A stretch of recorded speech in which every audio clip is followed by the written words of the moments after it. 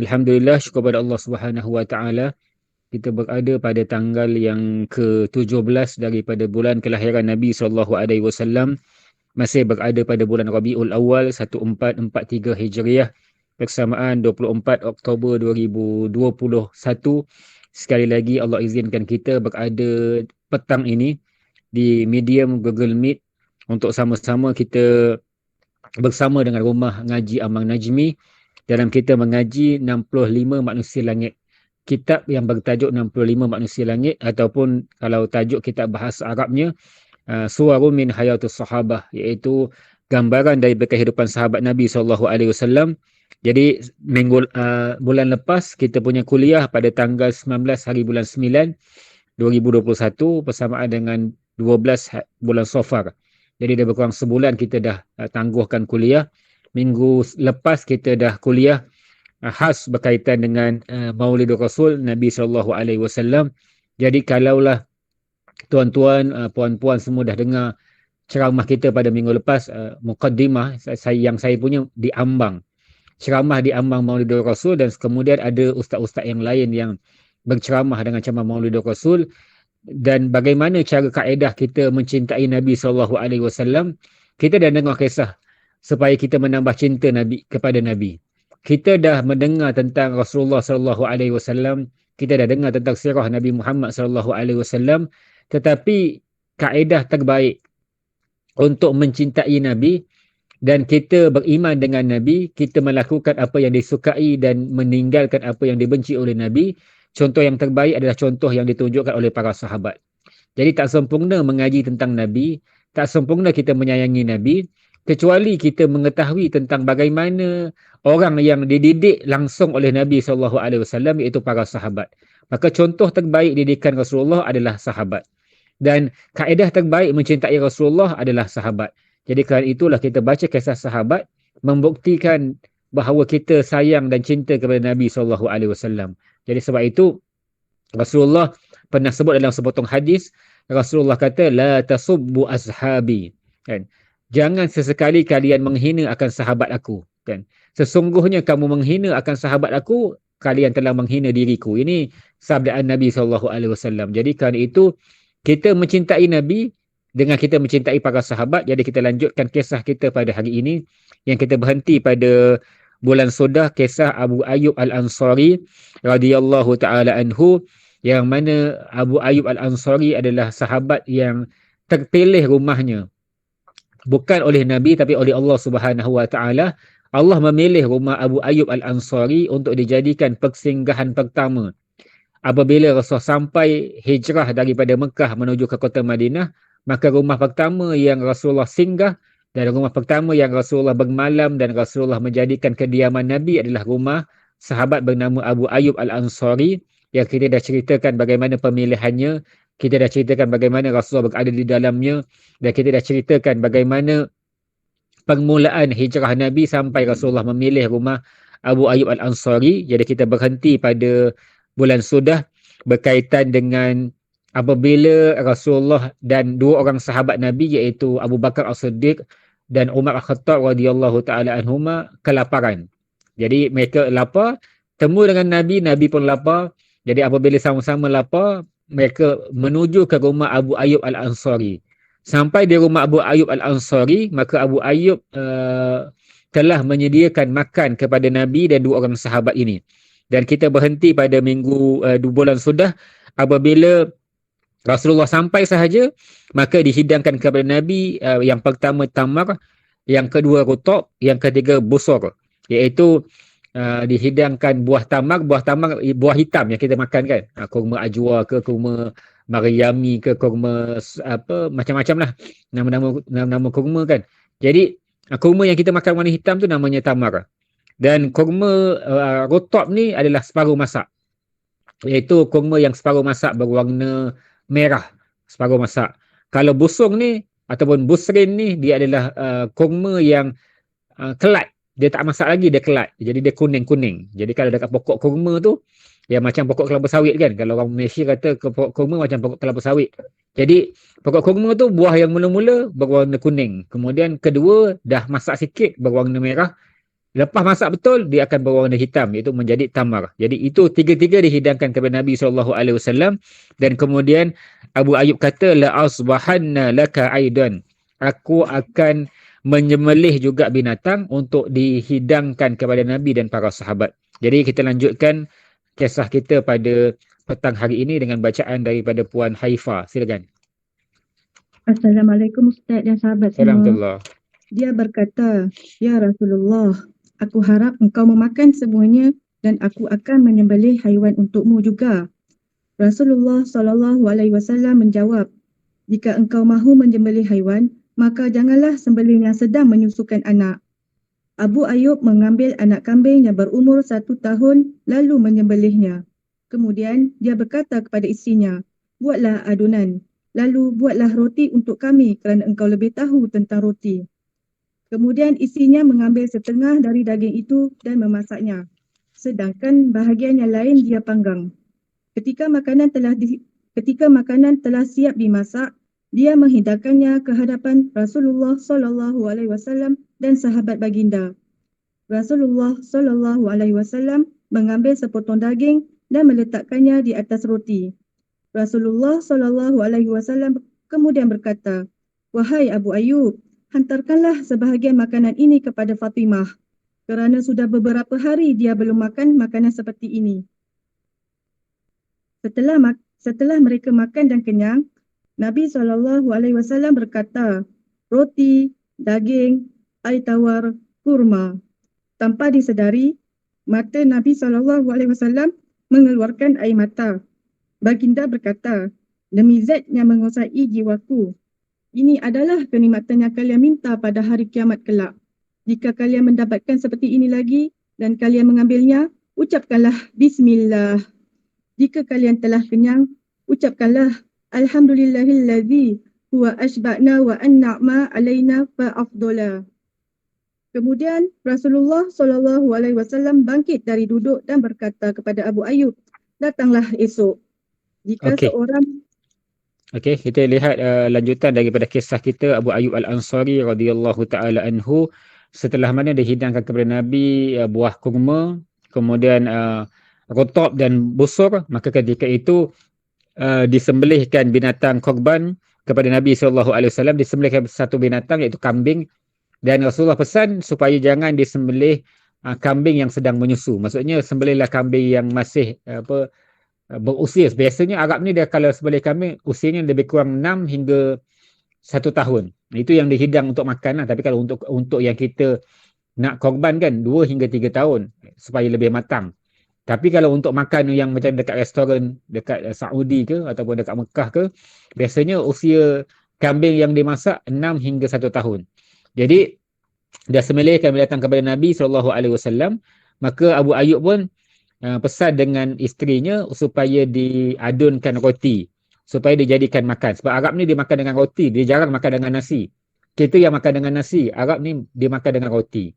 Jadi dia kata dengan isterinya, kamu lebih mengetahui tentang roti. Maksudnya yang tukang sembelih suami, yang siapkan kambing suami, tapi bab menyediakan roti adalah isteri. Jadi kalau boleh masak sama-sama lebih baik. Lagi bagus kita boleh masak suami isteri bersama-sama. Bahagian part ni isteri yang buat, part ni suami yang buat. Ada bidang isteri, ada bidang suami. Tapi kadang-kadang asyik isteri je masak. Kadang-kadang ada asyik suami je masak. Jadi biar bersama-sama. Jadi ini yang Abu Ayyub dan Ummu Ayyub masak bersama. Kemudian dihidangkan kepada Nabi SAW. Maka apabila dihidang tu Rasulullah asing dahulu. Asing dahulu satu bahagian, satu qit'ah, satu potongan, dan dia kata bagikan kepada Fatimah. Dan beberapa hari Fatimah tak makan. Jadi Rasulullah makan kambing yang dipanggang.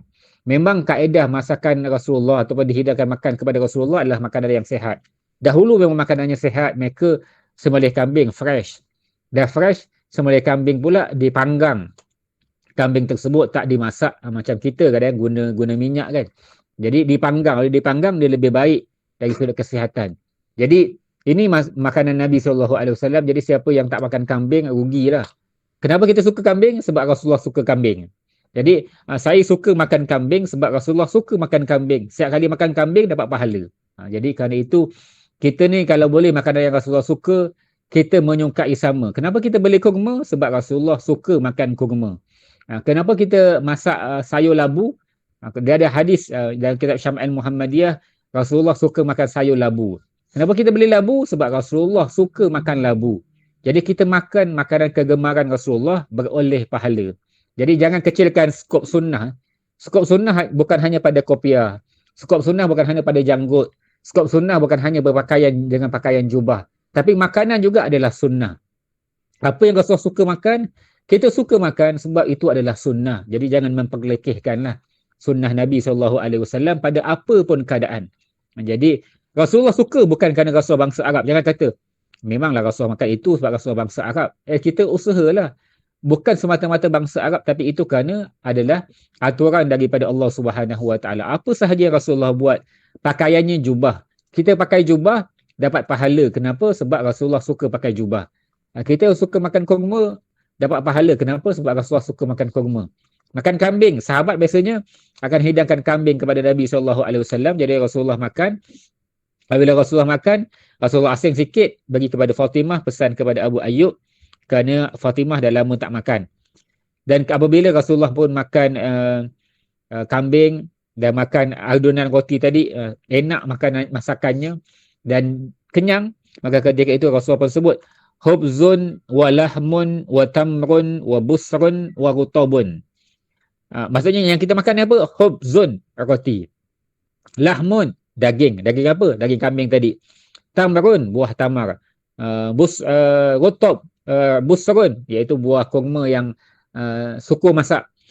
Rutabun, buah kurma yang separuh masak. Jadi itu yang dihidangkan kepada Nabi, iaitu roti, daging, kurma, busur dan rutab. Jadi ini yang dihidangkan kepada Nabi, lima jenis makanan.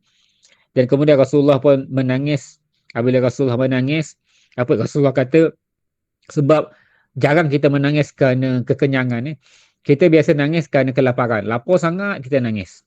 Tapi kita jarang nangis kerana kenyang. Tapi inilah Nabi SAW. Jarang Rasulullah kenyang. Apabila Rasulullah jarang kenyang, dapat kenyang itu menyebabkan Rasulullah rasa hiba. Berbeza dengan kita. Kita ni sering kali kenyang. Kalau lapar, kita menangis. Sebab jarang lapar. Itu beza. Rasulullah jarang kenyang. Kenyang sahaja Rasulullah syukur sebab dapat kekenyangan. Dan Rasulullah pun kata, bersabda, Rasulullah kata, wallazi nafsi biyadih, inna haza huwa na'imul lazi tus'aluna anhu yawmal qiyamah. Fa'iza asabtum misla haza fadarabtum biaidikum fih faqulu. Jadi dia katakan, demi diriku yang berada dalam genggaman Allah, sesungguhnya ini adalah nikmat yang nanti akan disoalkan kepada kita nanti pada hari kiamat. Yang kita makan ni tuan-tuan, puan-puan, tadi mungkin ada yang dah lunch kan, dah makan tengah hari. Yang tadi baru makan, yang semalam makan, yang kemarin makan, yang kita makan selama ni, semua nanti Allah akan tanya. Allah bukan tanya hanya berkaitan dengan dosa pahala yang terkait dengan amalan sahaja. Bahkan makanan adalah punca utama nanti Allah akan tanya. Yang kita makan, kalau tak halal pun Allah tanya. Kalau dah halal pun Allah tanya sumbangnya daripada mana. Kalau dah halal, kan, dah halal dah, sumbangnya pun halal dah, itu pun Allah akan tanya, untuk apa kita makan? Kan? Kenyang sangat sehingga buat maksiat, Allah akan persoalkan. Kan? Kita kenyang untuk kita kelas. Tadi pun saya makan kan. Jadi makan, kenapa saya makan? Sebab saya nak bertenaga untuk kelas. Jadi kita makan untuk apa? Untuk kelas, untuk kita bertenaga, untuk kita ada kudrat untuk beribadah, maka itu akan menjadi sesuatu yang baik. Tapi kalau makan untuk buat benda jahat, kalau makan untuk berhibur sahaja, makan kenapa nak makan? Sebab lepas ni boleh buat zalim ke orang. Kenapa nak makan? Lepas ni boleh maki, boleh pukul orang. Jadi itu semua akan Allah tanya nanti pada hari kiamat. Dan Rasulullah berpesan, kalau kamu dapat seperti ini, nikmat ini, maka sebelum makan, apa yang kamu kena buat? Bismillah. Baca bismillah. Sebenarnya yang sunnah dalam makan, ketika mana kita makan, paling sunnah memulakan dengan bismillah. Itu je. Itu pun dah memadai. Tapi kalau nak tambah, tapi ini tak ada dalam hadis ni, yang kita baca selalu. Allahumma barik lana fima razaqtana wa qina azabannar. Dalam hadis tak ada. Tapi yang tepat bismillah. Maksudnya kalau nak baca, pastikan baca bismillah dulu, baru baca dengan doa. Allahumma barik lana fi ma razaqtana wa qina azabannar. Tambahan. Jadi itu bukan sunnahnya tapi tambahan. Salah ke? Tak salah sebab dia doa benda baik. Tapi yang lebih pasti baca bismillah. Tak sempat bagaimana pun bismillah. Ada seorang budak jumpa Rasulullah kan. Budak ni datang-datang terus duduk dekat meja Rasulullah terus makan. Kan? Kemudian Rasulullah tegur. Rasulullah kata, ya gulam, wahai budak, samillah, sebutlah nama Allah, wa kul bi yaminik wa kul mimma yalik. Makanlah dengan tangan kananmu dan makanlah yang dekat dengan sisimu. Jadi Rasulullah pesan, pertama samillah, ya gulam, wahai budak, bacalah bismillah. Sebelum makan sebut dulu bismillah. Lepas makan, alhamdulillahilladzi huwa ashba'ana wa an'ama alaina wa afdal. Jadi ini bacaan yang Rasulullah ajar. Kalau boleh kita ni pelbagai lah. Ada doa yang kita baca. Alhamdulillahillazi at'amana wa saqana wa ja'alana minal muslimin. Jadi ini tambahan Rasulullah ajar kita doa makan. Doa lepas makan. Alhamdulillahillazi. Segala puji bagi Allah. Huwa ashba'ana. Dialah yang mengenyangkan kami. Wa an'ama alaina. Dan memberi nikmat ke atas kami. Wa afdal. Dan memberikan kelebihan. Jadi yang berikan makan Allah, yang berikan kenyang pun Allah, yang berikan nikmat juga Allah, yang berikan kelebihan itu Allah. Jadi apabila kita dapat makan saja, maka apa yang perlu kita buat, kita baca doa. Kan? Allah yang memberi makan. Asbab kenyang apa? Asbab kenyang makan. Kalau tak makan, tak kenyang. Yang beri kenyang siapa? Allah. Ada orang makan tak kenyang pun. Jadi yang beri kenyang pun Allah. Yang beri nikmat siapa? Allah. Yang berikan kecukupan dan kelebihan siapa? Allah.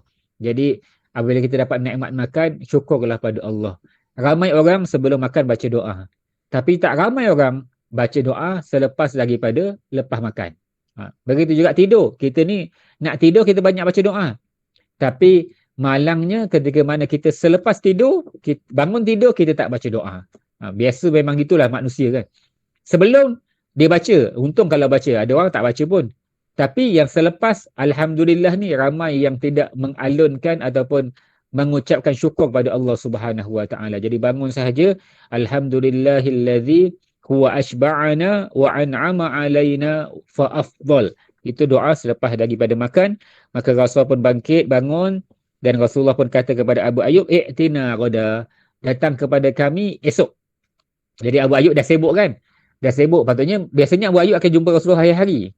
Tapi kerana Abu Ayyub dah hidang kepada Rasulullah, dah hidang makan kepada Rasulullah dan dua orang sahabat tadi, Abu Bakar dan Umar, maka ketika itu Rasulullah kata datang esok. Kenapa datang esok? Jadi ada ulama' dia hurai, sebab apabila dah hidang kan, dah hidang, Rasulullah dah makan, ada tugasan tak untuk Abu Ayyub buat dekat rumah? Ada. Bersihkan pinggan, kan, bersihkan tempat hidangan, kemas rumah, santuni isteri. Jadi itu kita kata bagaimana Rasulullah mendidik. Kan, kamu dah sibuk tadi hidang makan kat aku, jadi tak payahlah nak ikut aku pula. Kamu datang esok.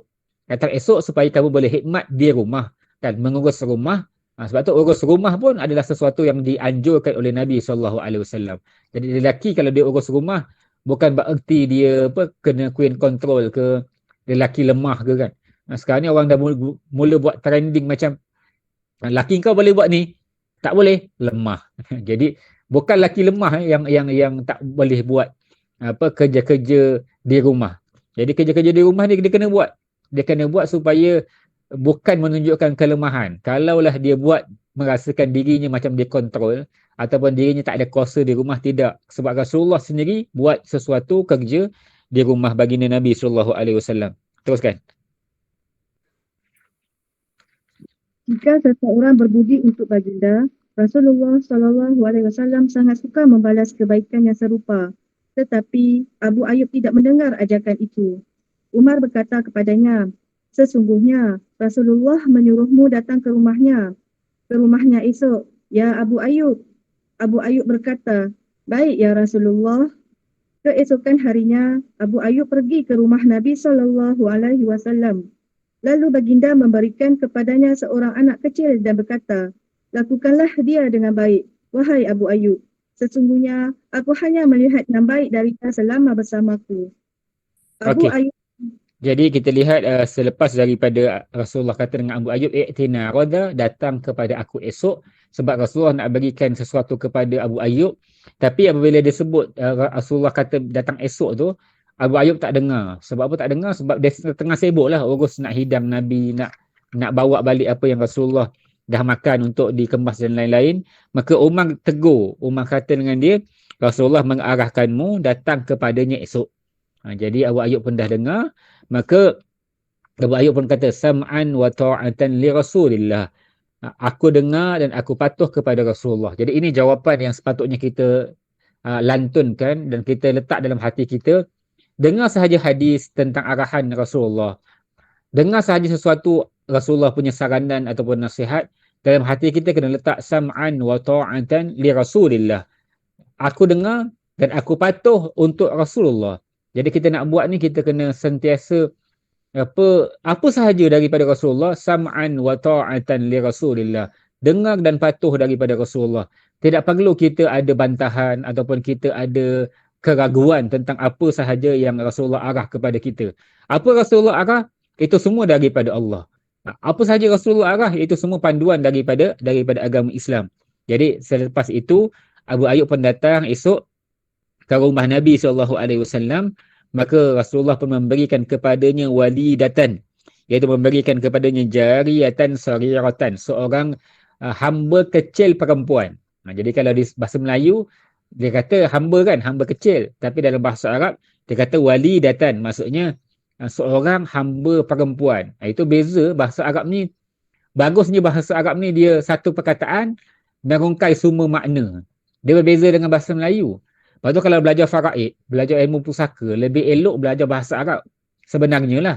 Sebab apa? Sebab contoh, kalau kita sebut adik-beradik kan, adik-beradik. Bahasa Arab adik-beradik lelaki ahun. Adik-beradik perempuan uhtun. Ahun, uhtun. Tapi kalau bahasa Melayu, dia tu adik-beradik si mati. Kita akan tanya, adik-beradik lelaki ke perempuan? Kita akan tanya kan, lelaki ke perempuan? Tapi kalau bahasa Arab, dia ni ahun, dia tu saudara. Maksudnya saudara lelaki. Dia ni uhtun, saudara perempuan. Satu perkataan je. Bahasa Melayu, 3 perkataan. Begitu juga makcik. Contoh makcik. Makcik, dia dipanggil ammatun dengan kholatun. Ammatun, makcik sebelah ayah. Makcik kita sebelah ayah, iaitu adik-beradik ayah kita, dipanggil ammatun. Tapi kalau adik-beradik sebelah ibu kita, makcik kita sebelah ibu dia panggil kholatun. Itu beza. Kalau kita kena hurai, makcik ini sebelah mana ni? Sebelah bapa engkau ke mak engkau? Jadi kita kena hurai bahasa Melayu. Tapi bahasa Arab ni dia senang. Satu perkataan dia dah rungkai banyak makna. Jadi dalam ni maksudnya hamba perempuan. Jadi Rasulullah kata kepada Abu Ayyub, dia kata, aku memberikan kamu hamba kecil perempuan ini, kamu buat baik dengan dia, kerana aku melihat bahawa sejak daripada aku duduk di rumahmu dan sehingga sekarang tidak ada yang tidak baik pada dirimu. Maksudnya sebab Abu Ayyub duduk berdua kan dengan Ummu Ayyub. Jadi Rasulullah serahkan seorang hamba supaya boleh memberikan bantuan di rumah dalam dia mengurus rumah. Sebab Abu Ayyub pun dia ada kebun, dia ada ternakan. Jadi apabila dia berkeluaran, dia pergi cari nafkah ke apa, rumahnya ada budak kecil perempuan yang boleh bantu isterinya. Jadi hamba. Jadi itu dipanggil Rasulullah mengganjari dengan balasan. Rasulullah ni tuan-tuan, tidak ada sesuatu kebaikan yang dibuat kecuali Rasulullah akan berikan yang lebih baik. Itu patutnya yang ada pada kita.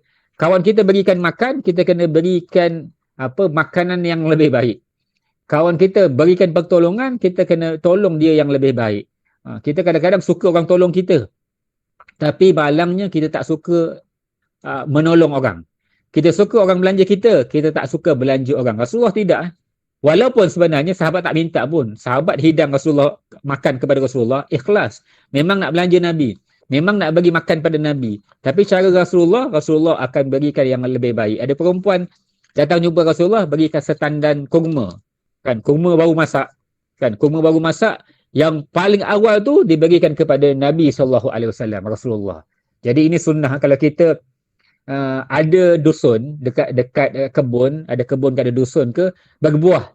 Maka berbuah yang musim buah tu yang pertama tu bagi kat kita punya ustaz, bagi kat kita punya ustazah. Yang dekat kita punya orang alim lah, yang guru kita yang mengajar kita. Itu sunnah. Sahabat ni kalau dapat buah kan, musim buah, pertama buah yang dapat tu dia beri kat Rasulullah. Kita ni tak beri kat ustaz yang dah lebih dah. Kan? Ustaz ni dekat saya punya kebun ni durian tak habis lah ustaz ambil lah. Yang tak habis bagi kita. Kan? Ni rambutan ni dah guni-guni banyak dah, tak tahu nak bagi kat siapa. Ustaz ambil lah. Jangan bagi yang baki, bagi yang awal tu. Sunnahnya bagi yang awal. Jadi Rasulullah dapat je setandan kurma ke, setandan apa ke buah-buahan yang sahabat beri. Kadang-kadang kalau kat rumah Nabi ada harta rampasan perang, Rasul baru balik perang dapat harta rampasan tu, Rasul akan berikan. Rasul kata nah. Maksudnya orang tu berikan setandan kurma, Rasul berikan dia segenggam barang kemas. Berikan segenggam emas. Kalau ada lah, sebab itu Rasulullah ni walaupun dapat harta rampasan perang, Rasulullah tak kaya. Kenapa tak kaya? Dapat harta rampasan perang, ada orang miskin, Rasul akan beri. Ada orang miskin, Rasul akan beri. Kalau ada orang buat baik, Rasul akan berikan. Jadi itu Nabi SAW membalasi kebaikan dengan yang lebih baik. Kita lanjutkan. Silakan. Ustaz, mohon maaf Ya. sekejap Ustaz. Ya. Boleh ulang balik makna doa tadi? Makna doa. Yang doa makan Ya betul, doa selepas makan okey. itu. Alhamdulillahillazi huwa ashba'ana wa an'ama alaina fa afdal. Segala puji bagi Allah yang dialah yang telah mengenyangkan kami. Huwa ashba'ana, dia yang telah mengenyangkan kami. Wa an'ama alaina, dan dialah yang memberi nikmat ke atas kami. Fa afdal, dan memberikan kelebihan. Segala puji bagi Allah, dialah yang mengenyangkan kami, memberi nikmat ke atas kami, dan memberikan kelebihan. Jadi itu makna daripada doa Alhamdulillahillazi huwa ashba'ana wa an'ama alaina fa afdal. Okey, boleh dapat Okey, silakan. Abu Ayyub kembali bersama anak kecil tadi ke rumahnya. Ketika isinya melihat, dia bertanya, "Anak siapa yang bersamamu, wahai Abu Ayyub?" Abu Ayyub menjawab, "Dia anak kita. Rasulullah SAW memberikannya kepada kita." Lalu isinya berkata, "Sungguh, ini adalah pemberian yang mulia." Abu Ayyub berkata lagi, "Baginda menyarankan kita agar memperlakukannya dengan baik." Isinya lalu bertanya, "Bagaimana kita dapat menjalankan saranan Nabi? Demi Allah, aku tidak mendapatkan wasiat dari Rasulullah SAW yang lebih baik, kecuali memerdekakannya." Jawab Abu Ayyub. Istrinya berkata, "Semoga Allah membalasmu. Aku sepakat denganmu." Kemudian mereka pun memerdekakannya. Okey. Begitu. Jadi setelah daripada Abu Ayyub bawa budak ini pulang, hamba ini pulang, maka isteri ni tanya, "Ini siapa?" Maka dia jawab, "Ini adalah budak hamba pemberian daripada Nabi SAW." Maka terus isterinya pun kata, "A'azim bihi min mani." Inilah sebesar-besar pemberian daripada Nabi. Wa akrim biha min minha. Dan mudah-mudahan Allah telah muliakan kita dengan apa pemberian yang diberikan. Dan Abu Ayyub kata dengan isterinya, dia kata, "Waqad awsana biha khaira." Rasulullah telah berikan wasiat kepada kita untuk buat baik kat dia. Masa isteri dia tanya, "Kita nak buat baik apa kat budak ni, kat hamba ni?" Maka terus Abu Ayyub kata, "Aku tidak mendapati apa pun wasiat yang lebih baik diberi kepada Nabi kecuali memerdekakan ia." Jadi Rasulullah kan pesan tadi, ketika mana Rasul bagi kat anak ni, Rasul kata, "Istausi biha khaira." Kamu buat baik dengan dia. Jadi sampai kat Ummu Ayyub yang dah puluh tahun tak ada hamba kat rumah, memang buat kerja sendirian dengan suaminya. Tapi ketika mana Rasulullah beri pemberian tersebut, ini hamba. Dan tidak ada sesuatu santunan ataupun pemberian yang terbaik diperlakukan kepada hamba berbanding daripada merdekakan dia. Sebab apa? Sebab kena ingat, hamba ni memang titlenya hamba. Kadang-kadang ada hamba yang diwarisi, iaitu mak ayah dia hamba, atuknya hamba, dia pun jadi hamba. Ada yang sebab ditawan, dijual jadi hamba, maka statusnya hamba. Status hamba ni, dia adalah satu golongan manusia yang paling rendah. Maksudnya paling low class dalam dalam tingkatan manusia adalah hamba. Jadi sebab itu hamba ni dia ada pelbagai hukum yang terlepas. Kan? Contohnya dia tak perlu bayar zakat. Sebab apa? Sebab tak perlu bayar zakat. Sebab dia dimiliki oleh tuannya. Bahkan hamba ni dia boleh buat apa pun suruhan daripada tuannya. Jadi hamba ni adalah status yang paling rendah dalam level manusia. Jadi untuk pastikan dia setaraf dengan kita, bebaskan dia. Bila bebaskan dia, maka titlenya berubah daripada hamba kepada merdeka. Sebab itu ada kan, kalau kita belajar dalam fiqh ada rukun ataupun syarat sah sesuatu itu adalah merdeka. Merdeka baru dia boleh untuk bayar zakat. Kalau dia hamba, dia tak boleh bayar zakat. Jadi apabila dia merdeka, maka dia statusnya berubah daripada hamba kepada merdeka. Jadi apabila Abu Ayyub kata, aku tidak mendapati sesuatu pun yang lebih baik berbanding merdekakan dia. Maka isterinya pun kata, hudita ila sawab, Allah telah berikan petunjuk kamu dengan kebenaran dan aku muwafiq, fa anta muwafiq, dan aku bersetuju bersama-sama. Thumma a'taqaha, dan kemudian mereka merdekakan hamba tersebut. Jadi sebab itu kadang-kadang ialah orang perempuan, isteri dah lama tak ada orang gaji, tiba-tiba dapat orang gaji, nak merdekakan pula. Takkanlah nak merdekakan, biarlah orang gaji tu buat kerja kan. Pemberian lagi, bukan beli hamba tu. Dapat lagi. Patut, kalau kita lah dapat sesuatu, nak bagi ke orang lah. Nak bagi tak? Jadi saya kadang-kadang nak banding orang gaji ni, kadang-kadang dia orang gaji ni bukan macam hamba, tak boleh sama kan. Nanti orang kata, tak apa, saya pun tak kisah, Ustaz tak ada orang gaji. Saya pun tak kisah kalau tak ada orang gaji. Saya tak nak banding dengan orang gaji, saya banding dengan beginilah. Kalau puan dekat rumah tak ada vacuum tak ada. Memang lama tunggu vacuum kat rumah kan. Dan vacuum yang mahal tu, siap boleh sedut air lah, yang mahal-mahal tu kan. Saya pun tak tahu jenama apa. Yang ada yang macam robot lagi, gerak sendiri. Dapat hadiah, mungkin menang cabutan bertuah ke, mungkin kita masuk apa-apa kontes ke kan, peraduan tu dapat tu, nak bagi kat orang tak? Nak bagi kat Ustaz Lokman tak? Puan dapat, nak bagi kat saya tak? Mana boleh Ustaz. Beli apa tu, kita punya seka kan, seka yang mahal, Philips tu kan, mahal seka tu kan, berapa ribu tu, masuk kutu lagi, MW punya produk, beli mahal. Kita dapat kita punya Nova, periuk kukus, periuk masak kan, Nova, dapat periuk tu, masuk kutu, ataupun kita dapat tiba-tiba dapat hadiah, nak bagi kat orang lain. Itu umpama macam itulah, kita dapat hadiah yang kita menantikan sekian lama, barang untuk memudahkan masakan kita, barang untuk memudahkan kita kemas rumah, barang untuk memudahkan kita gosok baju, kita nak bagi kat orang lain tak? Kalau kita baru dapat ni dah berpuluh tahun ataupun dah bertahun-tahun tunggu baru dapat, nak bagi tak? Tak. Ni macam gitulah umpamanya Ummu Ayyub dapat budak yang boleh uruskan sesuatu dekat rumah dia. Tapi dia punya dipanggil berjiwa besar tu sampai dia sanggup merdekakan. Sebab itulah ganjaran yang paling besar dalam agama kita. Jadi kerana itu Rasulullah tahu bahawa Abu Ayyub dan Ummu Ayyub orang baik. Dia nak tengoklah. Bagi rupanya bukan mereka nak ambil untuk khidmat, tapi mereka telah merdekakan budak ini menjadi daripada hamba kepada merdeka. Wallahu alam. Teruskan. Begitulah sedikit kisah tentang kehidupan Abu Ayyub Al-Ansari. Sepanjang hidupnya, Abu Ayyub selalu ikut peperangan sehingga dikatakan dia telah menyertai setiap peperangan sejak masa Nabi SAW hingga masa Muawiyah. Peperangan terakhir diikuti adalah ketika Muawiyah mempersiapkan satu pasukan tentera di bawah pimpinan Yazid untuk menakluk Konstantinopel. Ketika itu, Abu Ayyub sudah berusia 80 tahun. Tetapi tidak menghalangnya untuk bergabung dengan tentera Yazid dan mengharungi lautan demi berjuang di jalan Allah.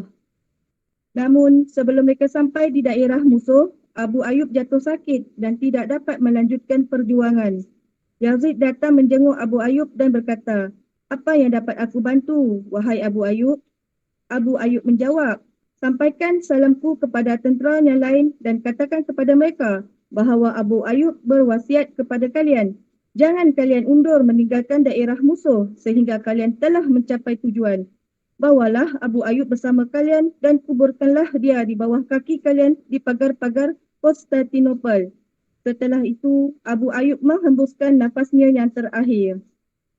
Tentera Islam memegang teguh wasiat sahabat Nabi itu.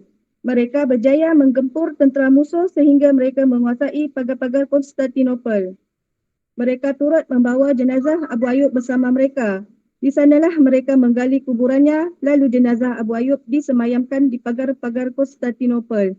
Allah Okey. Subhanahu Wa Taala. Jadi setelah daripada itu kita lihat dikatakan bahawa Abu Ayyub Al-Ansari adalah sesuatu yang sahabat yang sangat hebat berkaitan dengan menyantuni Nabi SAW. Ini hanya sebahagian kisah.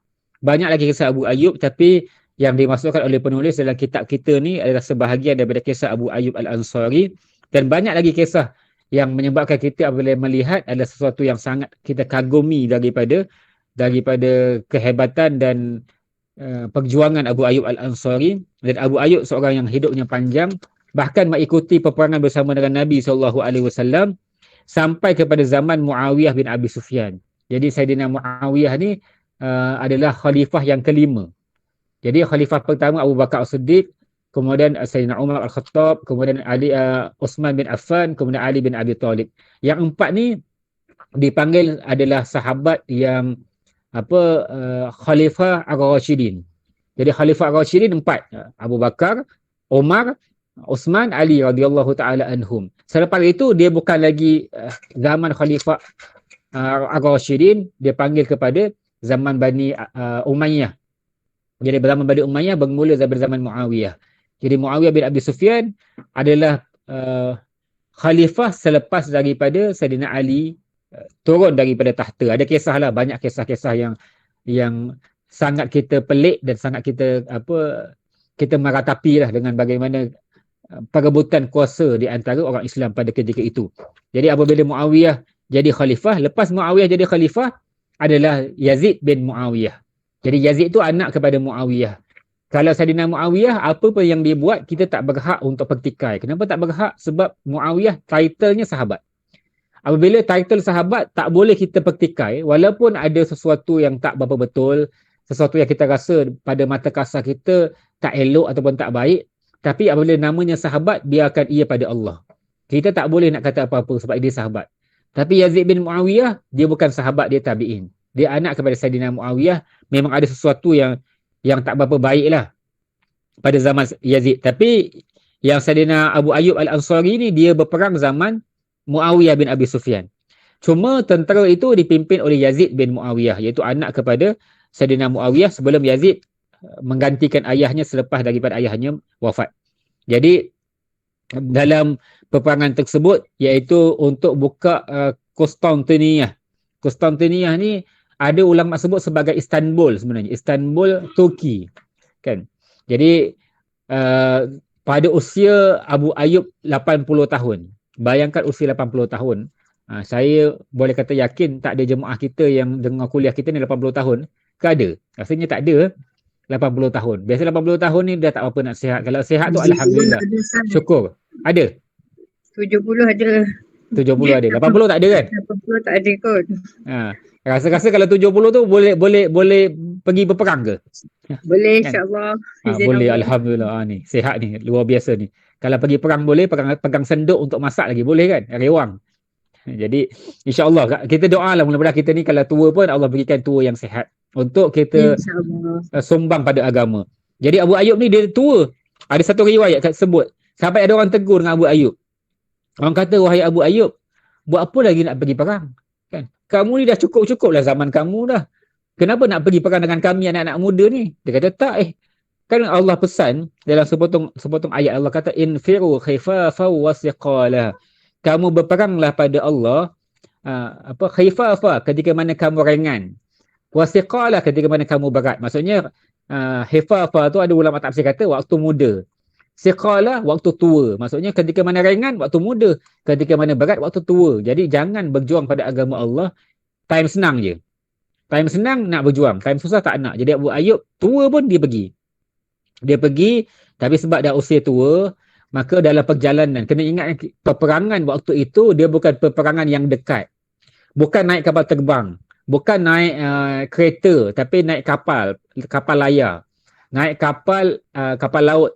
Jadi mereka nak pergi Turki ni, mereka kena teruskan perjalanan yang memakan masa berbulan-bulan, bukan sebentar. Jadi kerana itu dalam perjalanan yang berbulan tu, kan, dengan perlukan kudrat, perlukan tenaga, perlukan persiapan, badan kena sihat, kena fit.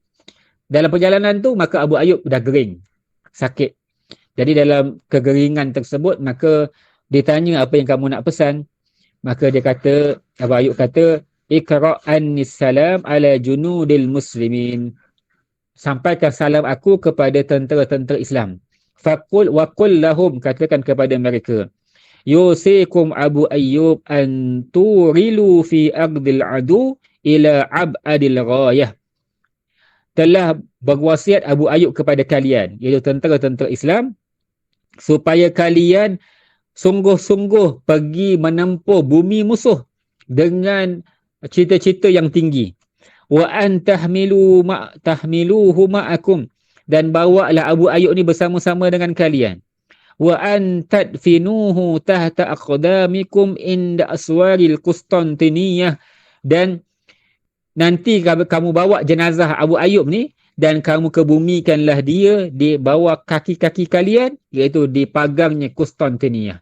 Jadi itu Abu Ayyub punya pesan. Maksudnya jangan ke bumi, jangan buang kat laut lah. Jangan buang kat laut, jangan buang kat mana-mana. Tapi bawa sekali jenazah Abu Ayyub ni, Abu Ayyub nak sangat berada di pagar-pagar Qustantiniyah. Tuan-tuan, sebenarnya ada satu riwayat menyebutkan bahawa kenapa Abu Ayyub dia nak ke bumi kat sana? Kenapa? Sebab Rasulullah dalam satu riwayat Rasulullah ada sebut tau. Rasulullah kata la tuftahunna Qustantiniyah fala ni'mal amiru amiruha wa la ni'mal jaisu zalikal jaish. Rasulullah kata la tuftahunna Qustantiniyah, akan dibuka kota Istanbul, Qustantiniyah ni. Fala ni'mal amiru amiruha wa la ni'mal jais zalikal jais. Sehebat-hebat panglima perang adalah panglima perang ketika itu, dan sehebat-hebat tentera Islam ketika itu. Jadi Abu Ayyub kata, aku nak dikebumikan dekat dengan pagar kota Istanbul, sempadan kota Istanbul, supaya aku boleh mendengar bunyi hentakan kaki kuda tentera yang paling hebat. Yang Rasulullah kata. Rasulullah kata tentera paling hebat adalah tentera pada waktu itu. Panglima paling hebat, panglima pada waktu itu. Jadi sebab itu Abu Ayyub dia nak sangat dapat ke bumi kat situ. Jadi Allah perkenankanlah akhirnya dibawa dan dia ke bumi. Sebenarnya zaman Yazid ni belum dibuka kota Qustantiniyah. Jadi memang belum buka. Mereka cuma sampai sempadannya. Mereka tak dapat takluk kota Qustantiniyah. Tapi bila dapat? Pada zaman pemerintahan Sultan Muhammad Al-Fatih. Kita tahulah, tuan-tuan boleh bacalah kisah Sultan Muhammad Al-Fatih. Bagaimana seorang sultan yang sangat muda, memang muda remaja, tapi berjaya untuk buka Qustantiniyah. Dan bila dia berjaya buka kota Qustantiniyah tu, maka ulama kaitkan dengan hadis Nabi. Rasulullah kata, la tuftahunna Qustantiniyah, akan dibuka kota Istanbul, fa ni'mal amiru amiruha, sebaik-baik panglima itu, dan sebaik-baik tentera-tentera itu, maksudnya panglima paling baik Muhammad Al-Fatih. Tentera paling baik tentera Muhammad Al-Fatih. Sampai diriwayatkan ketika itu gegar bumi Istanbul, bergegar dengan bunyi hentakan kuda kaki daripada kakinya kuda Sultan Muhammad Al-Fatih. Jadi sebab itu kan, kalau ada kita punya, saya lupa, Ammar, seorang remaja Malaysia dulu kan, namanya Ammar. Ammar yang meninggal kan, budak yang meninggal, dan dikebumikan sama dengan kubur Abu Ayyub Al-Ansari. Kalau ingat, dia punya tempat kebumi tu dekat Istanbul tu dikebumikan dekat dengan makam Abu Ayyub Al-Ansari. Jadi Abu Ayyub memang tak buka, dan dia meninggal dalam perjalanan. Cuma kenapa dia minta kebumi kat situ? Sebab nak dapat bunyi kaki. Dalam kubur tu dapat bunyi kaki. Jadi ini kita kata kehebatan Abu Ayyub Al-Ansari, dan sangat menyantuni Nabi SAW.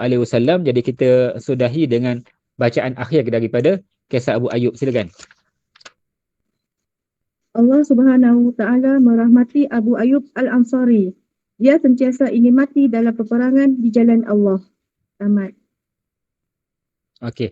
Jadi Allah telah merahmati usianya Abu Ayyub Al-Ansari radhiyallahu taala anhu, dan dia berada dalam medan peperangan, iaitu mati ghazian fi sabilillah, mati dalam keadaan sedang berperang pada jalan Allah. Jadi ini kita kata walaupun dia bukan mati di medan perang, tapi dia mati dalam perjalanan.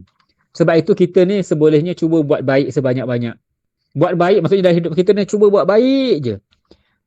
Tak dapat mati di tempat yang baik, paling-paling mati di dalam perjalanan menuju ke tempat yang baik. Kita nak pergi masjid.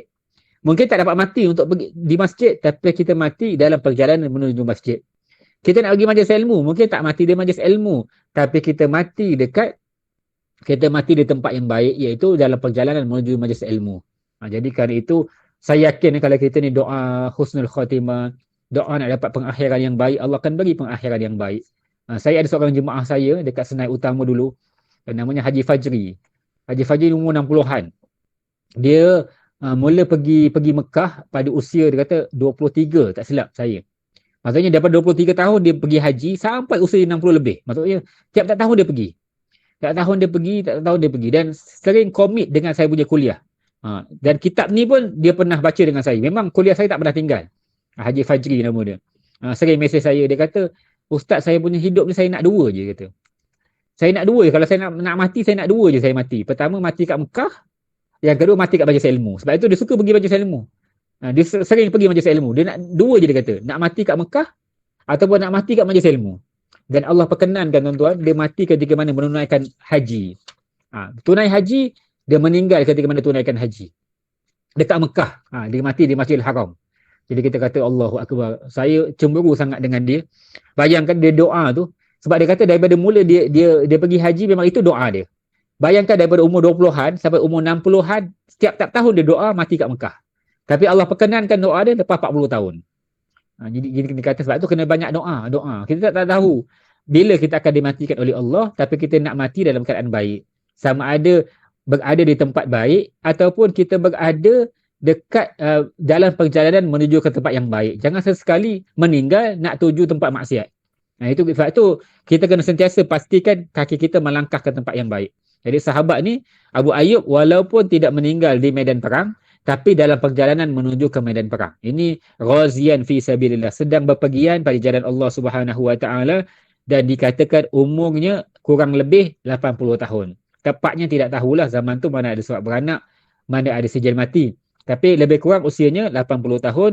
Rahimahullah, mudah-mudahan Allah merahmati Abu Ayyub Al-Ansari, dan mudah-mudahan Allah ganjari kita kerana kita membaca kisah sahabat agung namanya Abu Ayyub Al-Ansari radhiyallahu taala anhu. Kita lanjutkan kisah Amruh bin Al-Jamuh. Silakan. Bismillah. Sahabat ke-9, Amruh bin Al-Jamuh. Syaikhun azama ala an yata'a bi'ar dan jatihil jannah. Dia adalah orang tua yang selalu berazam agar dapat melangkahkan kakinya di syurga. Amruh bin Al-Jamuh adalah salah seorang pemimpin Yasrib pada masa jahiliyah. Dia juga merupakan pembesar Bani Salamah, seorang dermawan dan memiliki penghormatan di Madinah. Menjadi suatu kemuliaan pada zaman jahiliyah jika meletakkan sebuah berhala di dalam rumah untuk mendapatkan berkat darinya. Pagi dan petang menyajikan sembelihan untuknya dan meminta perlindungan kepadanya dari bencana.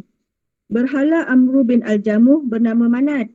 Amruh bin Al-Jamuh membuatnya dari kayu yang sangat mahal. Dia menjaga, memelihara dan memberi berhalanya wangian yang harum.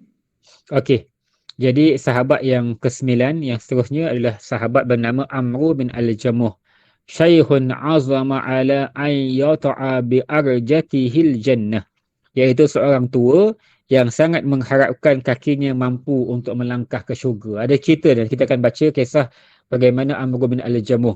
Jadi untuk mukaddimahnya, siapa Amruh Al-Jamuh ini adalah seorang pembesar daripada pembesar Yasrib. Yasrib ni adalah tempat di Madinah lah. Dahulu nama Madinah Yasrib. Rasulullah sampai baru tukar nama kepada Madinah. Dan juga adalah pemimpin kepada Bani Salamah Al-Musawwad, iaitu seorang Bani yang berkulit gelap.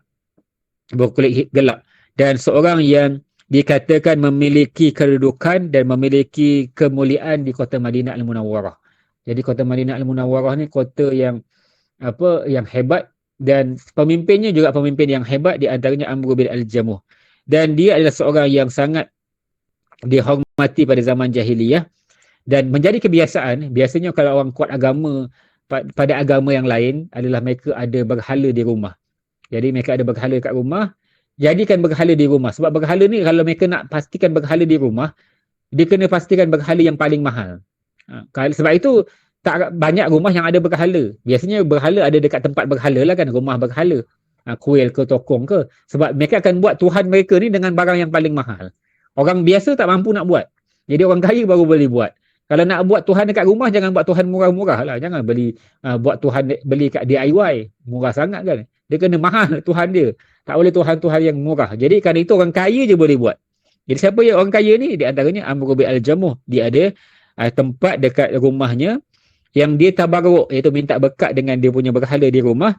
Kadang-kadang sembelih binatang letak dekat berhala dia. Kadang-kadang dia bermunajat mengadu kepada berhala dia. Dan berhalanya dia letak nama pula, namanya Manah.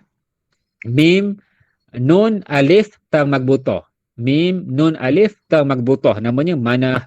Dan dia diperbuat daripada kayu yang mahal, dan dia adalah dipanggil Tuhan yang memang sangat dimuliakan oleh Amr bin Al-Jamuh. Maksudnya Amr Al-Jamuh ni sayang sangat dengan Tuhan dia.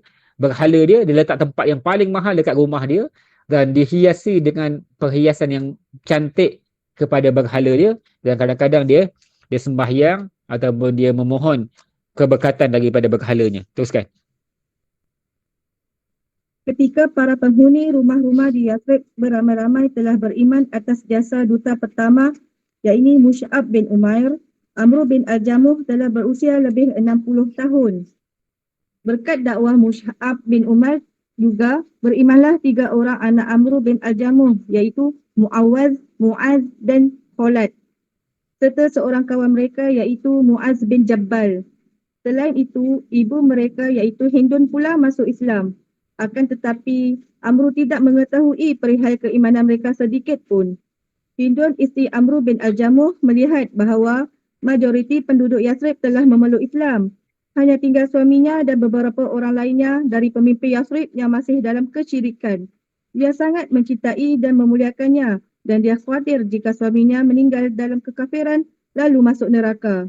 Okey. Jadi kemudian diceritakan bahawa Amr bin Al-Jamuh waktu itu usianya dah menjangkau 60 tahun. Maksudnya dah sampai warga emas dah. Dan apabila Yathrib, dia beza dekat Mekah. Mekah ni ramai yang belum Islam. Dan susah mereka nak terima Islam. Tapi di Yathrib, di Madinah, Rasulullah hijrah, sebelum Rasulullah hijrah dah ramai peluk Islam. Sebab ada duta pertama. Duta pertama namanya Mus'ab bin Umair. Sebelum Rasulullah sampai kota Madinah, Rasulullah dah hantar duta pertama Mus'ab bin Umair dan seorang sahabat namanya Abdullah bin Ummi Maktum. 2 orang ni Rasulullah hantar ke kota Madinah, Islamkan orang. Ajak Al-Quran, ajak agama, ajak mereka mengucap. Jadi kemudian barulah mereka akan jumpa Rasulullah di Mekah untuk bai'ah. Jadi sebab itu peliklah kalau penduduk Madinah tak masuk Islam. Tapi Amr bin Al-Jamuh dia tak peluk Islam. Tapi anak-anaknya peluk Islam. Nama anak-anaknya Mu'az, Khalad. Jadi 3 orang anak, Mu'az, Khalad. Ini nama anaknya. Dan ada seorang saudaranya namanya Mu'az bin Jabal. Ini kita kenal lah, Mu'az bin Jabal. Jadi ada sahabat mereka, Mu'az, Khalad. Dan ibu mereka bernama Hindun pun beriman. Ini Hindun bukan Hindun isteri Abu Sufyan. Dia ada Hindun isteri Abu Sufyan. Ini Hindun lain. Hindun isteri Amr bin Al-Jamuh. Nanti takut orang confuse pula. Ustaz, bukan nama Hindun tu isteri Abu Sufyan ke? Bukan. Ini Hindun Madinah. Yang tu Hindun Mekah. Hindun Mekah namanya isteri kepada Abu Sufyan. Hindun Madinah adalah isteri pada Amr bin Al-Jamuh. Jadi Hindun ni kata ramai penduduk Yathrib dah masuk Islam dah. Tapi boleh pula suaminya tak masuk Islam. Maksudnya minoriti. Yang masuk Islam majoriti, yang tak masuk Islam minoriti. Jadi akhirnya dia bimbang sebab dia cinta sangat dengan suami dia. Dia sayang dengan suaminya. Dah tua kan. Nanti kalau mati masuk neraka pula. Jadi sebab itu kalau kita ada saudara kita yang belum beriman, kawan-kawan kita yang belum Islam, ataupun mungkin ada keluarga kita yang masih jahat, masih buat maksiat dan lain-lain, doalah. Mudah-mudahan dia tak mati dalam keadaan begitu. Ini kena ada sayang mesti bawa kepada syurga. Dia bukan sayang sekadar sayang duniawi. berikan makan, berikan harta, berikan tempat tinggal dan lain-lain. Tapi sayang dengan bawa dia ke dalam syurga Allah. Jadi itu isteri rasa. Suami belum beriman. Jadi bimbang-bimbang kalau dia mati, maka kakinya akan melangkah ke dalam neraka Allah Subhanahu Wa Taala. Kita lanjutkan. Silakan. Ustaz, maaf, yang tadi Ya. dua orang sahabat Nabi tu, Mus'ab bin Umair, lagi satu Abdullah bin Ibnu Oh. Maktum ya. Abdullah bin Ummi Maktum. Ummi. Oh. Ha. Ustaz, maaf boleh saya tanya? Ya. Yang Umi Maktum tu mak dia ke bapak dia bin? Sebab ni yang buta tu Ustaz ya? Betul. Sahabat yang buta tu. Yang surah Abasa turun kananya. Abasa wa tawalla tu turun kan Abdullah bin Ummu Maktum. Ataupun Ummi Maktum. Ibu-ibu dia. Oh, okey. Dia memang dibinkan dengan ibunya. Dia ada sebab lah. Dia panggil gelaran dia. Ya, terima kasih Ustaz. Sama. Nanti kisah Abdullah bin Ummi Maktum ada kisah dalam kita punya kitab insya-Allah. Silakan. Di lain sisi, Amru sangat khawatir anak-anaknya keluar dari agama datuk moyang mereka dan mengikuti ajakan Mus'ab bin Umair yang dalam jangka waktu singkat mampu memalingkan banyak manusia dari agama mereka dan masuk agama Muhammad. Amru bin Al-Jamuh berkata kepada isinya, "Wahai Hindun, cegahlah anak-anakmu untuk bertemu dengan Mus'ab bin Umair sehingga kita memberikan pandangan tentang dirinya." Hindun lalu menjawab, "Baiklah, tetapi pernahkah engkau mendengar anakmu?" Muaz mengatakan sesuatu dari lelaki itu, iaitu Mus'ab. Amru berkata, "Celaka, apakah Muaz berpaling dari agamanya dan aku tidak mengetahuinya?" Wanita solehah tersebut sangat menyayangi suaminya dan berkata, "Tidak, dia hanya pernah menghadiri beberapa pengajian lelaki itu dan menghafal sesuatu dari apa yang dia katakan." Lalu Amru berkata lagi, "Panggillah dia." Bila Muaz sampai, Amru berkata, "Perdengarkanlah kepadaku sesuatu yang dikatakan lelaki tersebut." Lalu Muaz berkata, "Dengan menyebut nama Allah yang Maha Pemurah lagi Maha Penyayang. Segala puji bagi Allah, Tuhan semesta alam, Maha Pemurah lagi Maha Penyayang, yang menguasai hari pembalasan. Hanya kepada Engkaulah kami menyembah dan hanya kepada Engkaulah kami mohon pertolongan. Tunjukilah kami jalan yang lurus, iaitu jalan-jalan orang-orang yang telah Engkau anugerahkan nikmat kepada mereka, bukan jalan mereka yang dimukai dan bukan pula jalan mereka yang sesat." Al-Fatihah 1 hingga 7. Lalu Amr berkata, "Sungguh indah perkataan ini. Apakah semua perkataannya seperti ini?" Muaz menjawab, "Bahkan ada yang lebih indah daripada itu, wahai ayahku. Apakah ayah akan mengikutinya? Semua kaummu telah membaiatnya." Lalu Amr tertenggut sejenak dan berkata, "Aku tidak akan bertindak sampai aku merujuk kepada Manah dan aku akan mendengar apa pendapatnya." Muaz pun berkata, "Mana mungkin Manah akan berkata, wahai ayahku, ia hanyalah sepotong kayu, tidak berakal dan tidak boleh berbicara." Kemudian Amru dengan nada keras berkata, "Aku katakan kepadamu, aku tidak akan memutuskan sesuatu tanpanya." Kemudian Jadi kita lihat selepas daripada itu, maka dari sisi yang lain, Amru bin Al-Jamuh, tadi kita kata isterinya risau, Hindun risau tentang bagaimana suaminya yang belum beriman. Dari sisi yang lain, Amru Al-Jamuh pun risau juga kalaulah keluarganya berpaling daripada agama nenek moyang. Maka dia jumpa dengan isterinya Hindun. Dia kata dengan isterinya, "Wahai Hindun, pastikan anak-anak kita ni dia tidak mendengar sesuatu daripada Mus'ab bin Umair dan bimbang kalau dia berpaling daripada agama." Maka isteri yang kita kata isteri yang dia pandai bermain politik lah. Maksudnya dia cakap sam'an wa ta'atan, patuh dengar dan patuh wahai suami. Maksudnya kerana walaupun dah beriman, isteri dah beriman dah, menyembunyikan iman. Isteri baik dah, tapi sebab suami punya arahan, dia kata sam'an wa ta'atan. Jadi ini kita kata selagi mana boleh hormat, hormat. Selagi mana boleh bercakap lembut, cakap lembut walaupun suami itu belum lagi beriman. Walakin dia tanya pula, dia kata, "Tetapi adakah engkau telah mendengar sesuatu daripada anakmu yang telah didengari daripada lelaki tersebut, iaitu Mus'ab bin Umair?" Maka terus Amr bin Al-Jamuh dia kata, "Waihak, celakamu. Adakah dia telah berpaling daripada agama tanpa aku tahu?" Maka isterinya cover balik lah. Dia cover balik, dia kata, "Taklah, bukan begitu. Tapi dia pernah datang majlis tersebut dan dia pernah mendengar dan menghafal apa bacaan-bacaan daripada Mus'ab bin Umair. Jadi isteri cuba untuk memberikan sesuatu perkataan yang tidak menyebabkan Amr bin Al-Jamuh marah. Jadi dia susun kata dengan baiklah. Memang dia tahu anak dia dah beriman dah, dia pun dah beriman, tapi dia tak nak.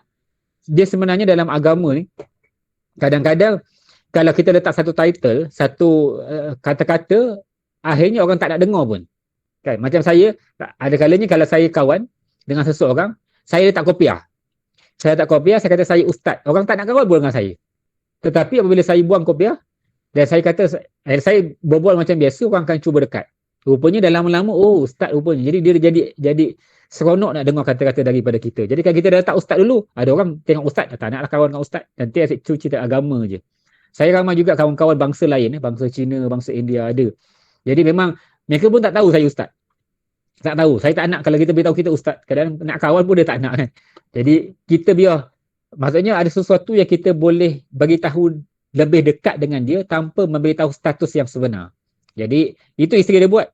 Dia tak beritahu anak dia telah beriman. Cuma dia kata dengan suaminya, dengarlah apa yang pernah didengari oleh anak kita daripada lelaki tersebut. Maka suaminya kata, kalau gitu bolehlah. Dia pun nak tahu juga kan. Dia pun panggil anaknya Muaz. Maka dia kata, perdengarkan kepada aku apa yang kamu dengar daripada lelaki tersebut.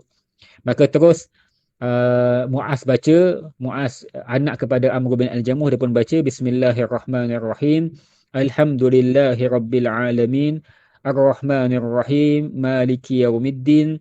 Iyyaka na'budu wa iyyaka nasta'in. Ihdinas siratal mustaqim. Siratal ladzina an'amta 'alaihim ghairil maghdubi 'alaihim waladdallin. Jadi tadi Puan Haifah dah baca terjemahannya. Sebab tu kadang-kadang kita ni kalau baca Al-Quran tak baca terjemahan kita tak faham. Tapi kalau kita baca terjemahan kita rasa macam seronok pula dia punya terjemahan. Sedangkan Al-Fatihah tu kita baca setiap hari paling kurang 17 kali. 17 rakaat, 17 kali baca Al-Quran, surah Al-Fatihah. Jadi Allah sebut dengan nama Allah yang Maha Pemurah lagi Maha Mengasihani. Alhamdulillahirabbil alamin. Segala puji bagi Allah Tuhan semesta alam. Ar-Rahmanir-Rahim. Yang Maha Pemurah lagi Maha Penyayang. Maliki yaumiddin, pemilik hari pembalasan. Iyyaka na'budu wa iyyaka nasta'in. Hanya engkaulah yang kami sembah dan hanya engkaulah tempat kami memohon pertolongan. Ihdinas siratal mustaqim, tunjuki kami jalan yang lurus. Siratal ladzina an'amta 'alaihim, jalan yang engkau beri nikmat ke atas mereka. Ghairil maghdubi 'alaihim, bukan jalan yang kamu mukai. Waladdallin, dan bukan juga jalan orang yang sesat. Jadi apabila kita dengar, kita tahu bahawa Fatihah ni isi kandungannya bermula dengan puji-pujian. Dua je. Pertama dengan puji-pujian daripada ayat pertama sampai kepada ayat yang kelima, dan kemudian dua ayat terakhir baru minta doa pada Allah. Ihdinas siratal mustaqim, siratal ladzina an'amta 'alaihim ghairil maghdubi 'alaihim waladdallin. Amin. Maka mendengar kata-kata daripada anaknya, maka Amr bin Al-Jamuh kata, ma ahsana hadzal kalam wa ma ajmalah. Indahnya kata-kata ni, cantiknya kata-kata ni. Awa kullun kalamihi mislu hadza. Adakah semua kata-kata yang dilantunkan sebagaimana ini? Maka Muaz kata, wa ahsanu min hadza ya abata. Bahkan lebih baik banding ini. Maksudnya semua kata-kata daripada Allah semuanya lebih indah. Bukan Fatihah itu indah dah, tapi yang lain-lain pun indah dan lebih indah. Jadi dia kata, kamu nak dengar tak? Adakah kamu nak dengar lagi bacaan lain dan kamu nak ikut dan berbai'ah? Maka ayahnya kata, tidaklah sampai begitu. Sampai aku rujuk aku punya berhala namanya mana. Jadi apa-apa sebab ayahnya kalau nak buat apa-apa tindakan dia akan rujuk berhalanya namanya mana. Maka anaknya kata, mana tak payah rujuk dia. Sebab apa? Dia adalah berhala yang dibuat daripada kayu. Yang mana dia itu bisu, buta, pekak, tidak berakal dan tidak boleh bercakap. Maksudnya, buat apa nak cakap dengan dia? Dia pekak, dia tidak berakal dan dia bisu, tak boleh bercakap. Tetapi ayahnya kata, diamlah, aku lebih tahu. Jadi itulah kata-kata seorang ayah. Jadi walaupun apa-apa pun dia dengar baik dah. Tapi untuk meninggalkan kebiasaan merujuk kepada berhalanya, maka itu bukan yang patut dilakukan oleh Amr bin Al-Jamuh. Amr bin Al-Jamuh mesti nak rujuk berhala dia. Jadi itu yang dia buat, dan kita nak tengok bagaimana lanjutan kisah Amr bin Al-Jamuh. Silakan. Kemudian Amr bin Al-Jamuh berdiri di hadapan Manah. Jika ingin berbicara dengan Manah, mereka menempatkan seorang wanita tua di belakang berhala itu. Lalu dia akan menjawabnya sesuai dengan apa yang Manah ilhamkan kepadanya dalam fikiran mereka. Lalu Amr berdiri lama di hadapan Manah.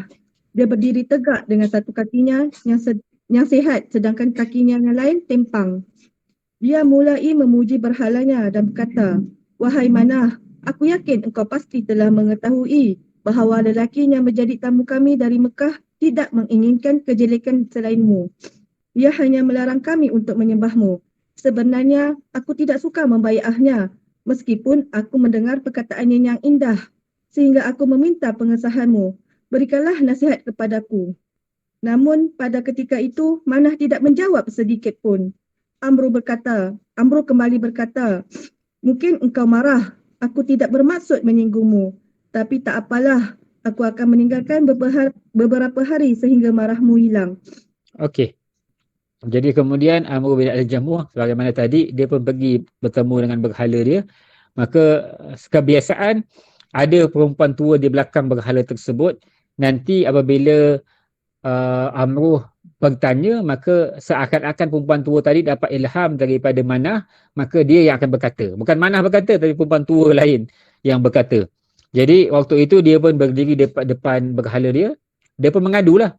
Mengadu sebagaimana tadi dia kata ada seorang pendakwah daripada Mekah mendakwa bahawa dia akan dia akan menyebabkan kami semua ni berpaling daripada kamu. Dia akan menyebabkan kami semua berpaling daripada kamu dan tidak akan menyembahmu. Maka aku nak dengar apa kata-kata daripada kamu. Apa pendapat Manah? Jadi ini kata-kata daripada Amr bin Al-Jamuh, tapi pada waktu itu senyap je. Manah tak cakap apa-apa. Manah tak cakap apa-apa, maka Amr bin Al-Jamuh kata, "Boleh jadi kamu tak berkata ni sebab kamu marah sangat." Macam orang merajuk lah kan. Dia tengah marah, dia tak bercakap. Jadi dia tak bercakap, "Tak apalah kalau kamu tak nak bercakap, nanti aku tinggalkan kamu beberapa hari, marahmu reda, baru aku akan datang kembali." Seakan-akan begitu. Sebab tu kita kata kalau kita amati kadang-kadang macam pelik pula orang yang sembah berhala ni. Dan memang berhala tu tak bercakap pun. Tapi ketika mana berhala tak bercakap, dia kata berhala merajuk. Dia reka sendiri dalam hati dia. Ini bisikan syaitan sebenarnya. Syaitan akan bisik supaya orang fikir logik. Oh ya, berhala ni merajuk lah ni, tak cakap. Sebenarnya memang tak boleh bercakap pun. Jadi dia pun tinggalkan berhala tersebut sehingga beberapa hari. Teruskan. Anak-anak Amr bin Al-Jamuh mengetahui kesetiaan bapa mereka kepada Manah. Bagaimana dia meluangkan waktunya bersama Manah di pagi hari. Akan tetapi mereka tahu bapa mereka mulai meragukan kedudukan Manah di hatinya. Mereka ingin benar melepaskan berhala itu dari bapa mereka dengan cara mengajaknya untuk beriman kepada Allah. Pada suatu malam, anak-anak Amr bin Al-Jamuh pergi bersama kawan mereka, Muaz bin Jabal, menuju Manah. Lalu membawanya ke lubang Bani Salamah dan memasukkannya ke dalam lubang itu. Kemudian meleparkan kotoran ke dalamnya. Setelah itu, mereka kembali ke rumah masing-masing dan tiada seorang pun yang mengetahui perbuatan mereka. Pagi harinya, dengan langkahnya berat, Amr pergi menuju patungnya untuk memberi penghormatan, tetapi dia tidak menjumpainya. Dia lantas berkata, "Celaka kalian, siapa yang menganiaya Tuhan kita semalam?" Tetapi tak seorang pun yang menjawab. Dia pun bergegas mencarinya di dalam dan luar rumah. Dia sangat marah. Kemarahannya meluap bila menemukan Manahnya kepalanya berlumuran kotoran di dalam lubang. Dia lalu mencucinya, membersihkan dan memberinya wangian. Lalu meletakkan kembali ke tempatnya semula. Sambil berkata, "Demi Allah, jika aku tahu siapa yang telah memperlakukanmu seperti ini, sungguh aku akan membinasakannya." Pada malam kedua, para pemuda tadi kembali ke tempat Manah dan memperlakukannya seperti malam kemarin. Pagi harinya, ketika Amr mencarinya, dia kembali menemukannya berlumur kotoran di dalam lubang yang sama. Dia pun kembali mengambilnya, membersihkan dan memberinya wangian, lalu meletakkannya kembali ke tempat asal. Pada hari selanjutnya, para pemuda itu melakukan perbuatan yang sama. Setelah mereka letih dan bosan, Amr pergi ke Manah pada malam hari dan menggantungkan pedangnya ke Manah sambil berkata, "Ya Manah, demi Allah, Sungguh aku tidak tahu siapanya telah berbuat kepadamu. Jika engkau memang baik, maka cegahlah musibah ini dari dirimu, dan ini pedang untukmu.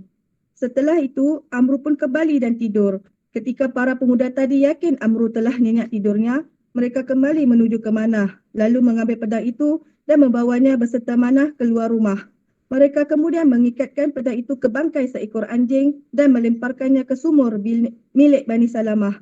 Banyak kotoran yang bertumpuk di bangkai dan pedang itu. Ketika Amru bangun tidur, dia tidak melihat patungnya dan bergegas keluar mencarinya. Lalu dia mendapatinya di dalam sumur beserta bangkai seekor anjing dengan pedang terikat di lehernya. Pedang tersebut telah diambil dari Manah, tapi dia tidak lagi mahu memungutnya dari lubang itu. Dia hanya membiarkannya begitu sahaja. Lantas dia pun berkata, "Demi Allah, jikalau engkau benar adalah Tuhan, pasti engkau tidak akan bersama bangkai seekor anjing di dalam telaga." Tidak lama setelah kejadian tersebut, Amru pun memeluk Islam. Amru bin Al-Jamuh mulai merasakan manisnya iman. Sesuatu yang menjadikannya sangat menyesal terhadap segalanya telah dia buat pada masa kemusyrikannya. Lalu dia menyerahkan jiwa raganya untuk menerima agama Islam. Dia pun menjadikan diri, harta dan anak-anaknya untuk taat kepada Allah. Okey. Jadi kisah yang panjang dibacakan tadi oleh Puan Haifah. Kita nak lihat setelah daripada apa yang berlaku tadi, maka Amru bin Al-Jamuh dia pun seorang yang sangat meyakini kepada berhalanya, bahkan seorang yang meletakkan berhalanya pada hatinya, dan dia tak nak sesekali mengecewakan akan berhala dia. Maka apa yang perlu dibuat? Sebab apa seseorang itu apabila dia berada pada sesuatu yang paling dia sayang, dan benda yang dia sayang tu menyebabkan dia tak boleh nak berubah jadi baik, maka perlu buang apa yang dia sayang. Jadi itu kaedah yang anak-anak buat kepada ayahnya Amru bin Al-Jamuh. Maka anak-anak kepada Amru bin Al-Jamuh bersama dengan saudaranya, kawannya bernama Mu'az bin Jabal, satu malam pergi dekat Manah yang diletak pada tempat khas di ruangan bilik di rumah Amru bin Al-Jamuh. Maka mereka ambil, maka mereka pun baling dekat lubang Bani Salamah, yang mana dalam lubang tu ada kotoran, ada najis semua. Maka pada waktu itu terus satu ketika datangnya Amru bin Al-Jamuh untuk pergi kat berhala dia, nak tengok berhala dia dan nak cuba bermunajat kepada berhala. Tapi tengok berhalanya tak ada, maka dia menjadi marah. Wailakum, kata, celaka kalian, mana pergi Tuhanku malam ini? Tak ada seorang pun yang jawab. Akhirnya dia pun pergi keluar rumah, dia pun mencari-cari. Apabila dia mencari-cari, maka ketika itu dia mendapati berhalanya berada di sebuah lubang yang berlumuran dengan najis. Maka dia pun ambil, dia pun cuci, dia mandikan, basuh, dia pun bersihkan, dan kemudian dia letak wangi-wangian, dia tak tempat asal. Wangi dah. Kemudian malam yang kedua, anaknya buat benda sama. Ambil, baling kat lubang. Maka esoknya ayahnya cari balik, buat benda yang sama juga. Ambil, mandikan, bersihkan, wangi-wangikan, letak balik tempatnya. Maka tiap-tiap hari, apa yang dia buat adalah anaknya buat benda yang sama. Buat lagi. Sampai ayahnya jadi tak tahu nak buat apa dah. Bosan dah. Sekali malam hilang, esok jumpa kat lubang najis, tak tahu nak buat apa. Jadi akhirnya dia buat apa?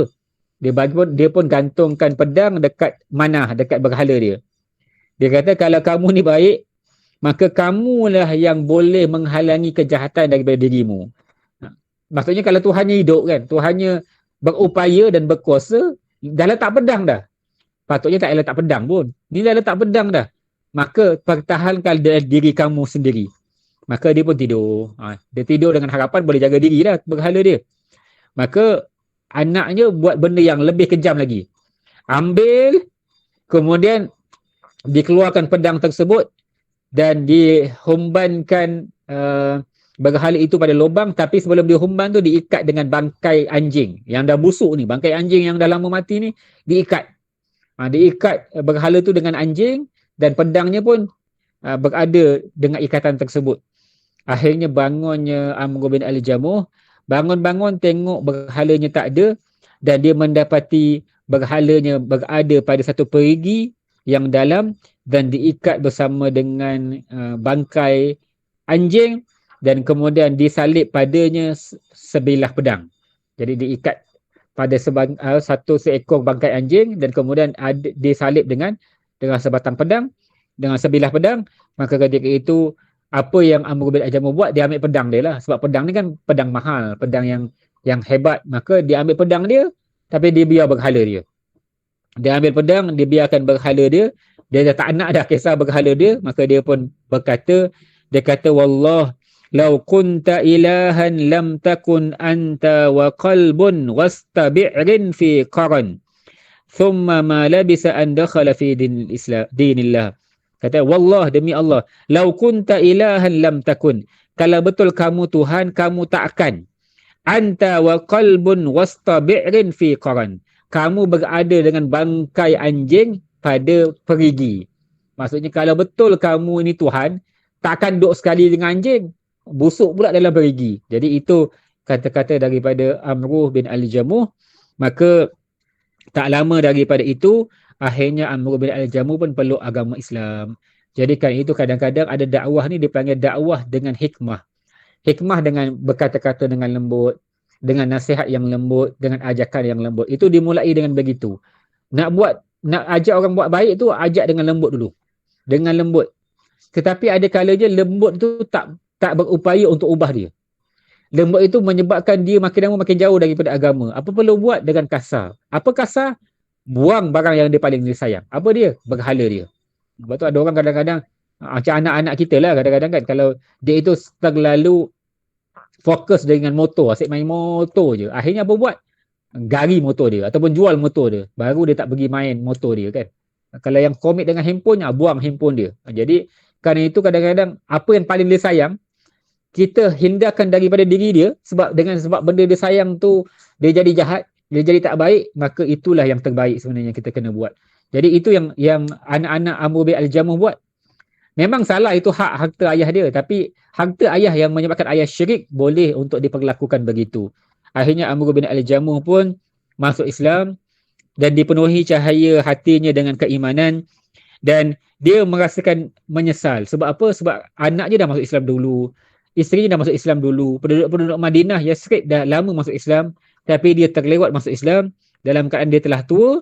Maka apa yang dia buat adalah dia penuhkan kehidupan barunya, jasadnya, rohnya, dirinya, hartanya, anak-anaknya, dipastikan sentiasa berada pada jalan Allah Subhanahu Wa Taala, taat kepada Allah dan taat kepada Rasulullah.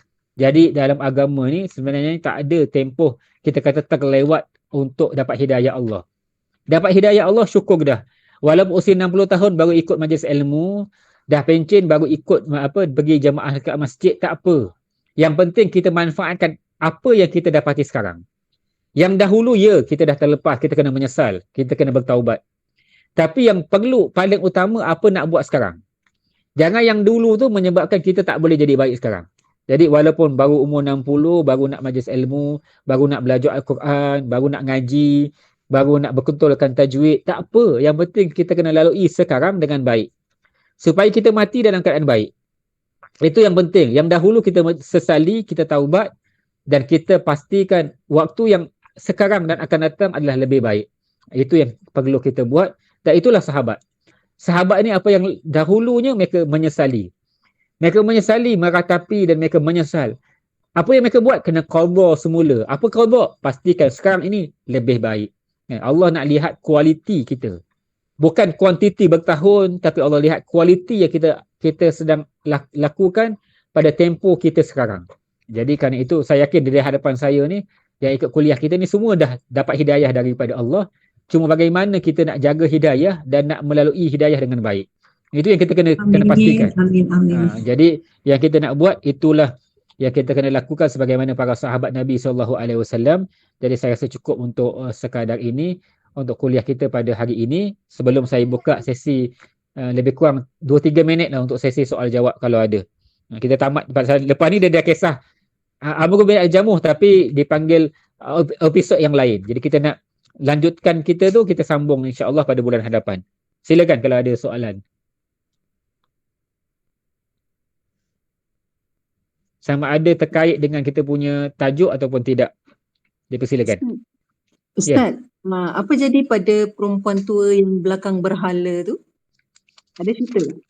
Oh, ada cerita. Dia sebenarnya perempuan tu belakang berhala tu dia dia mainan daripada mereka yang kuat pada agama lah. Maksudnya orang yang jahiliah ni, orang jahiliah, orang yang tak ikut agama ni, dia akan menyamar duduk belakang berhala, dan dia akan jadi apa, juru cakap bagi berhala lah. Tapi siapa perempuan tu tak ada cerita, tak ada dalam sirah, tak cerita siapa perempuan tersebut. Boleh jadi kenapa dia tak bersuara, sebab dia mungkin dia dah beriman. Sebab penduduk Madinah dia ramai dah beriman. Sebenarnya mana-mana pun, dekat Mekah sekalipun, dia tahu kalau waktu datang dekat berhala dia nak mengadu, maka dia akan menyamar untuk bercakap bagi pihak berhala. Sehingga orang yang mengadu tu rasa, betul lah berhala ni Tuhan.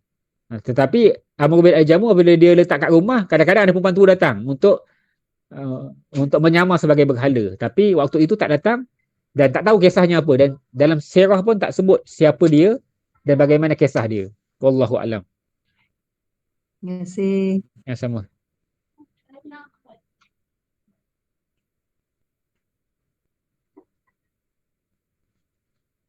Ada lain? Masa dia give up dengan berhala dia tu, dia tak dapat tahu siapa yang buat manat tu sampai macam gitu sekali ke? Memang tak ada. Dan memang tak ada. Dan sebenarnya macam ni, dia dalam kaedah buat anaya kat orang ni kan. Dia sebenarnya dalam rumah tangga pun dia dipanggil kaedah. Dia bukan tipu sunat tau. Dia dipanggil kaedah untuk tak semua benda kena beritahu. Kalau beritahu kadang-kadang jadi teruk. Ayah sebenarnya yang letak berhala ayah dekat longkang tu saya. Apa jadi? Anak dia kena bantai nanti kan. Jadi kerana itu dia tak perlu beritahu. Apatah lagi benda tu benda baik. Jadi ada benda contoh memang suami kerjanya ada buat jahat je. Ada skandal dengan orang je. Jadi kita seorang perempuan, dia message perempuan tersebut kan, dia tanya dia buat sesuatu, dia selidik, adakah dia perlu beritahu suami dia? Tak, dia tak perlu beritahu suami dia kan. Apa dia buat, kalau dia beritahu boleh jadi lebih teruk rumah tangga tersebut. Jadi ada sebab itu dalam Islam, kalau benda tu kalau beritahu lebih teruk, tak perlu beritahu. Tapi tengoklah, sebab itu kena rujuklah pakar. Saya tak boleh kata semua benda boleh buat. Jadi dalam kisah ni memang apa yang anak dia buat, tak ada siapa pun yang tahu. Dan ayahnya tak tahu. Jadi ceritanya memang cerita daripada anaknya sahaja. Wallahu a'lam. Faham, terima kasih. Faham. Ada lain satu lagi? Last kalau ada. Tak ada rasanya Ustaz. Kita boleh tutup dengan bacaan doa Ustaz. Dan insya-Allah nanti jumpa akan datang, akan dimaklumkan oleh Hajar Rabitah. Terima kasih banyak kepada Rumah Ngaji Aman Najmi dan semua yang hadir. InsyaAllah mudah-mudahan istiqamah kita sampai pengajian terakhir kita pada kuliah kita insyaAllah. Bismillahirrahmanirrahim. Alhamdulillahirabbil alamin wassalatu wassalamu ala asyrafil anbiya'i wal mursalin wa ala alihi washabbihi ajma'in. Ya Allah ya Tuhan kami berada di petang bulan kelahiran Nabi ini ya Allah. Kami membaca kisah Abu Ayyub Al-Ansari dan kisah Amr bin Al-Jamuh. Mudah-mudahan kami menjadi sebagaimana mereka ya Allah, memperjuangkan dan memperuntukkan diri kami untuk agama-Mu ya Allah, mencintai Nabi-Mu ya Allah dan mengamalkan segala suruhan-Mu dan meninggalkan segala larangan-Mu ya Allah. Ya Allah ya Tuhan kami berada di sini untuk kami mengadu kepadamu ya Allah. Mudah-mudahan kamu perbaiki kehidupan kami di dunia ya Allah dan juga kehidupan kami di akhirat ya Allah. Dan izinkan kami, rezekikan kami untuk kami mati dalam keadaan husnul khatimah sehingga kami boleh melafazkan kalimah terakhir kami, kalimah la ilaha illallah Muhammadur Rasulullah. Rabbana atina min ladunka rahmah wa hayyi lana min amrina rasyada. Rabbana atina fid dunya hasanah wa fil akhirati hasanah wa qina azaban nar. Wa sallallahu alaihi wasallam Muhammad wa sallam. Alhamdulillahi rabbil alamin. Terima kasih banyak. Wassalamualaikum warahmatullahi wabarakatuh. Waalaikumsalam. Waalaikumsalam.